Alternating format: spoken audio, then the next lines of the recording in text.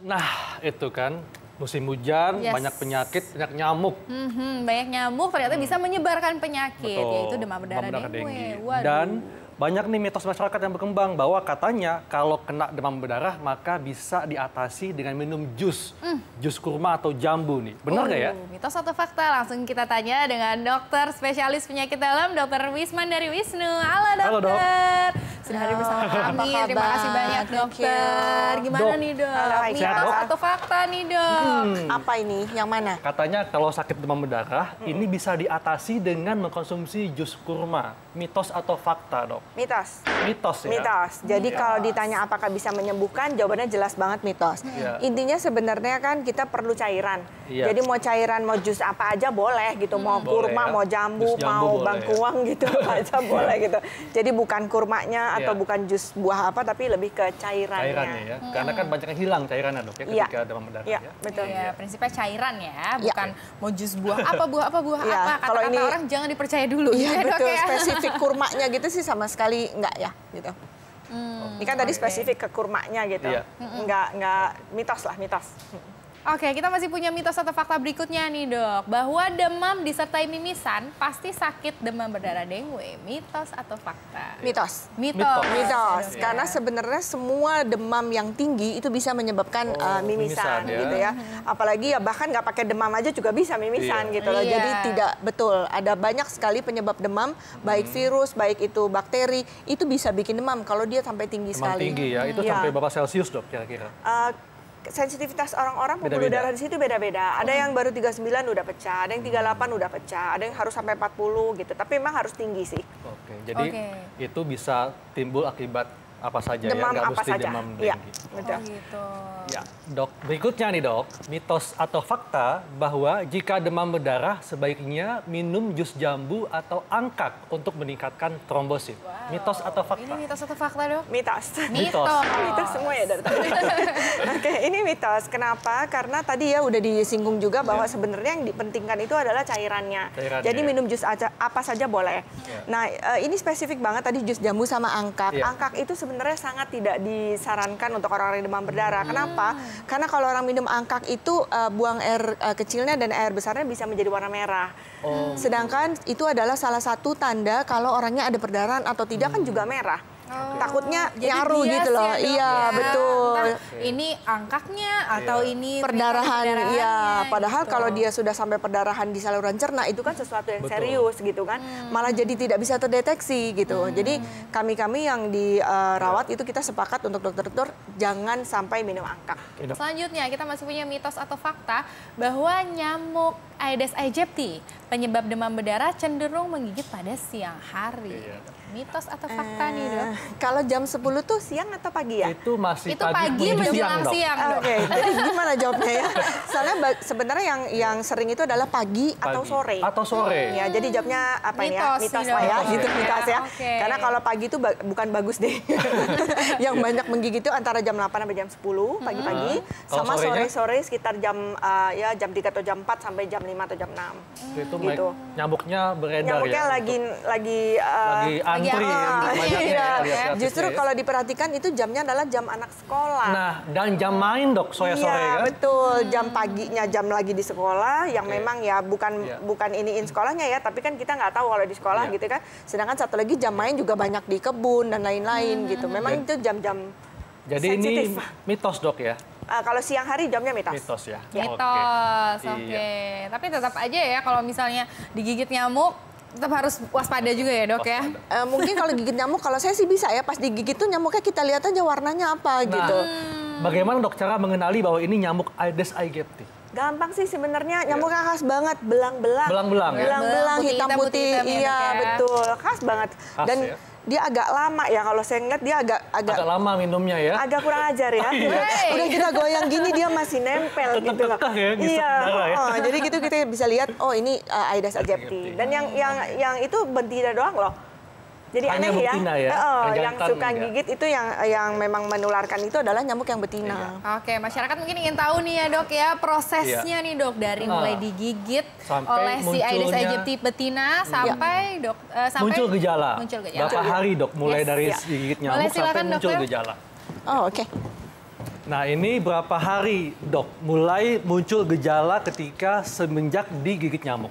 Ya, Silakan, jadi Dok. memang kalau kita digigit itu kira-kira 4-6 hari 4-6 baru hari. muncul kejadian-kejadian seperti ini. Iya. Yang pertama kali itu kan demam tinggi mendadak. Itu Iya. keras banget. Jadi anaknya masih main-main, masih main bola, tiba-tiba Iya. pulang demam, dipegang demamnya dan Menggigil, langsung Dok, tinggi. demamnya? Bisa menggigil, bisa enggak. Karena orang kalau demam tinggi sekali itu kan memang jatuhnya Iya. agak menggigil ya. Yang khasnya adalah mendadak dan tinggi langsung. Mendadak dan tinggi langsung. Iya, ada kan yang suam-suam Iya. gitu ya, malu-malu gitu demamnya gitu. Ini enggak, ini langsung tinggi gitu. Ini langsung tinggi. Iya, kira-kira Oke. 4-6 hari Iya. kemudian ya setelah digigit. Nah, kemudian badannya pegal-pegal. Kayak Badan flu, Dok, pegal-pegal. ya? Seperti itu ya? Iya, kayak flu ya, kayak flu. Persis kayak flu. Jadi pegel-pegel, sakit otot semua gitu ya. Sakitnya ada yang sampai heboh sekali, ada yang tidak. Tapi sebagian besar ya pegel lah gitu Pegel jatuhnya ya? ya. Oke. Kemudian juga sakit kepala, itu jelas banget. Karena semua infeksi Oke. virus itu jatuhnya Iya. sakit kepala. Dan sakit kepalanya parah, Dok, ya? Dan nah, ini yang khasnya sakit pada bagian belakang mata. Sebenarnya nggak semua pasien juga ada sakit di belakang mata ya, tapi sih pusing hampir semua, sama mual itu juga hampir semua. Hampir Itu semuanya yang khas. seperti itu. Hampir semua pasien datang itu karena sakit kepala yang tidak tertahankan dan mualnya. Nah, Dok, apakah semua penderita demam berdarah ini akan disertai dengan bintik-bintik merah pada kulit? Tidak. Tidak, ya? Kalau yang masih stadium 1 itu belum ada bintik-bintik merahnya. Jadi kita tahu demam berdarah itu ada beberapa stadium, ada stadium 1, 2, 3, 4. Stadium 1 itu yang kita sebut sebagai demam dengue. Demam dengue itu hanya hematokritnya yang sedikit naik, trombositnya masih lumayan bagus, tetapi demamnya dari gejala tadi ada semua gitu ya. Nah itu masih bagus tuh, nggak ada Bintik-bintik ya? nggak ada bintik-bintik sama sekali yang kita sebut petekie gitu ya. Petekie. Nah kalau stadium 2 mulai ada tuh, mulai ada trombosit mulai turun, tapi orangnya masih lumayan baik lah, tekanan darah semua masih bagus. Stadium 3 tekanan darahnya mulai turun. Stadium 4 itu shock ya. Pada saat shock itu ya itu yang jadi dokternya tuh stadium 3 aja udah deg-degan deh gitu ya. Karena harus kejar-kejaran cairannya banyak sekali. Dan tentunya sebelumnya ada muntah-muntah juga, Dok, ya? Nggak selalu Nggak juga ya, selalu? nggak selalu. Ada orangnya tenang-tenang aja. Karena apa? Karena orang yang nyampe di stadium 4 itu yang shock, itu justru biasanya orangnya udah seger. Oh, oke. Itu yang bikin Iya. bahaya orang demam berdarah. Dia demam kira-kira sampai hari ke-3, ke-4 gitu. Iya. Orangnya setelah itu merasa segar, udah nggak demam lagi, mencoba untuk aktivitas, tapi pada saat itulah labnya sebenarnya lagi jelek-jeleknya. Selanjutnya, mitos dan fakta adalah ramuan sari daun pepaya bisa sembuhkan DBD. Mitos atau fakta, Dok? Mitos lagi, Mitos lagi. ya. Jadi daun pepaya, jujur ini saya baru dengar sih ada yang makan daun pepaya. Tapi itu mitos gitu, karena demam berdarah itu nggak ada obat yang dikasih terus sembuh. Obat aja nggak ada gitu. Didiemin juga sembuh sendiri gitu ya. Kalau dia nggak kekurangan cairan sebenarnya juga sembuh sendiri karena dia virus. Virus tuh sebenarnya kita bisa sembuh sendiri kalau daya tahan tubuh kita kuat Oke. gitu. Oh, tapi Dok, kan ini katanya memang nggak ada obat spesifik ya, Iya. dan bahkan bisa sembuh sendiri tadi dokter bilang. Iya, betul. Tapi banyak nih sebagian orang yang justru makin memburuk gejalanya. Iya. Nah, ini kenapa, Dok? Ya, karena sebenarnya kan ada fase-fasenya ya. Tadi mungkin sudah ditayangkan sedikit. Kita fase pertama tuh fase demam. Iya. Fase demam tuh ya demam tinggi, semua orang juga pasti ngerasa nggak Iya. enak. Nah, pada fase demam yang kira-kira sampai 3-4 hari itu, terus masuk ke dalam fase kritis. Nah, fase kritis ini beda-beda juga semua orang. Ada yang kritis benar-benar sampai trombositnya rendah banget. Sebenarnya yang dilihat bukan trombosit aja loh, hematokrit itu penting banget. Iya. Makin tinggi hematokritnya, makin mungkin dia shock gitu. Nah, fase terakhir fase pemulihan. Pemulihan ya. Sebenarnya semua orang melewati fase itu gitu, tapi berbeda-beda ininya. Ini berlangsung berapa hari, Dok, biasanya? Kalau sampai sampai fase pemulihan tuh kira-kira 7 hari deh. 7 hari ya. Nah, Oke. Iya. Hari. Oke, selanjutnya mitos atau fakta nih, Dok, bahwa fogging saja cukup untuk mencegah penularan demam berdarah dengue.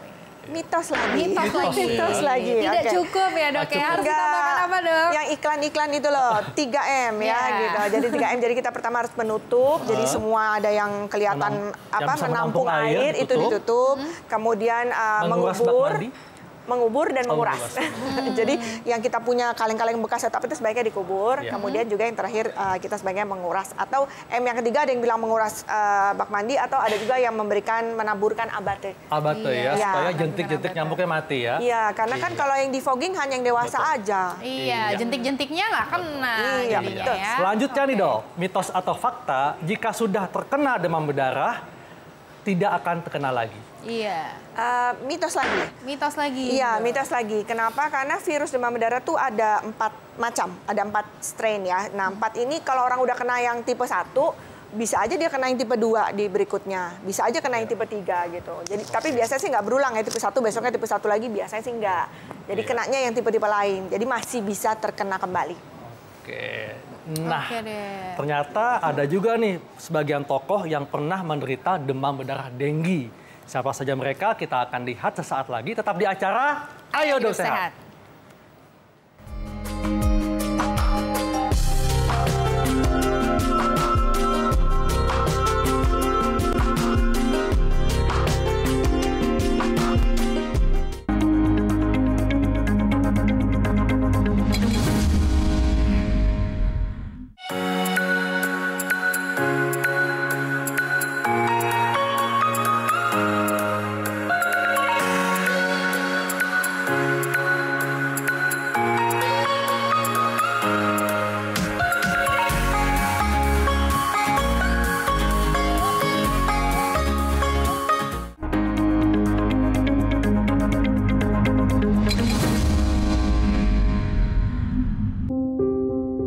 Demam berdarah merupakan sebuah penyakit yang disebabkan oleh gigitan nyamuk.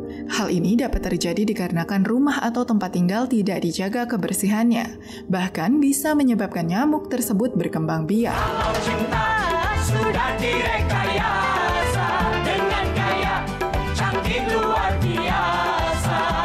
Beberapa artis juga harus merasakan penyakit demam berdarah. Seperti artis senior Camelia Malik harus terbaring lemas di rumah sakit. Sebelumnya, pelantun lagu Rekayasa Cinta ini sempat mengeluhkan kepala pusing dan badan merasa tidak enak.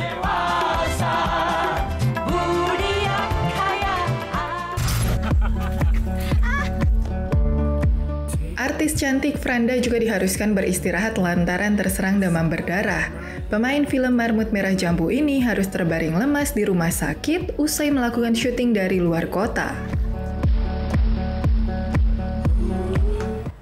Iya, nah jadi ya. siapapun bisa terkena demam berdarah ya. Iya, betul Nggak sekali. cowok, nggak cewek, laki, perempuan sih bisa. Iya, selama Tua muda juga. tua muda betul. juga ya, selama nyamuknya masih ada, virusnya masih ada, itu pasti masih bisa menular kemana-mana ya dok Ya, ya. betul. Makanya sangat penting untuk memutus mata rantai penularannya nih ya dok Betul ya. sekali. Mungkin dokter bisa kasih tips nih dok, tipsnya, Dok. bagaimana sih dok caranya? Iya, kalau tipsnya yang pasti tadi 3M itu ya. Iya. Jadi kita harus ngelihat sama-sama. Karena mungkin spesifiknya adalah nyamuk ini justru nggak suka di yang tempat-tempat kotor. Beda gitu ya, Iya. justru tempat-tempat bersih. Jadi kalau ngeliat ada tempat yang bisa menampung air, itu segera kita tutup. Kemudian juga menguras air-air yang ada. Iya. Dan juga mengubur kalau memang banyak kaleng-kaleng bekas yang kira-kira Yang bisa bisa menampung menampung air ya. Ya, dan Iya. sebenarnya ada vaksin yang bisa untuk mencegah demam berdarah ini gitu. Tapi saat ini sejak mungkin kalau nggak salah akhir tahun kemarin, Iya. vaksin ini tidak terlalu direkomendasikan lagi. Karena memang ternyata untuk orang-orang yang justru belum pernah kena demam berdarah, itu kalau divaksin malah kena demam berdarahnya di kemudian hari bisa lebih berat. Waduh. Malah Kenapa jadi bisa seperti gitu, Dok? itu. Nah, itu juga kita kurang begitu tahu Iya. apa alasannya, tapi saat ini kan kita masih seperti post marketing survei gitu ya. Jadi terlihat bahwa ternyata orang-orang yang diberikan vaksin itu di kemudian hari kalau kena malah menjadi lebih berat.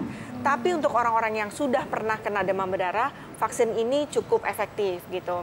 Cuman sayangnya vaksin ini lumayan mahal ya. Mahal ya? Ya, Oke. lumayan mahal. Iya. Tapi yang pasti untuk penonton di rumah, jangan hanya menggantungkan kepada fogging ya, tapi juga aktif nih melakukan 3M, menguras bak mandi, menutup media penampung air, dan mengubur benda-benda yang bisa menampung air hujan, dok ya. Iya, Seperti itu. jadi harus rajin-rajin melihat nih ya, rajin-rajin melihat Iya. nih di tampungan bak airnya tiba-tiba ada yang jentik-jentik, Iya. waduh bahaya. Mesti ditaburkan abate atau dikuras. aja. Intinya Oke. jangan mager ya. Oke, udah Baik, 60 menit nih. Iya. Terima kasih banyak. Sama-sama, Dr. Lisma dari Wisnu. sama-sama. Sangat jelas sekali. Iya. Semoga ini bermanfaat untuk semua pemirsa yang nonton. Dan jangan lupa Pastinya. untuk pemirsa Ayo Hidup Sehat, selalu nonton program Ayo Hidup Sehat tiap hari Senin sampai Jumat jam 1 sampai jam 2 siang live di TV One. Dan kalau ketinggalan bisa lihat di laman fifa.co.id. Dan download Tivan Connect di App Store atau Google Play. Dan saya Dr. Haikal. Dan saya Dr. Arlin, ingat bahwa kesehatan adalah harta Anda yang paling berharga. Oleh karena itu mulai saat ini, Ayo Hidup Sehat, stay healthy and be awesome.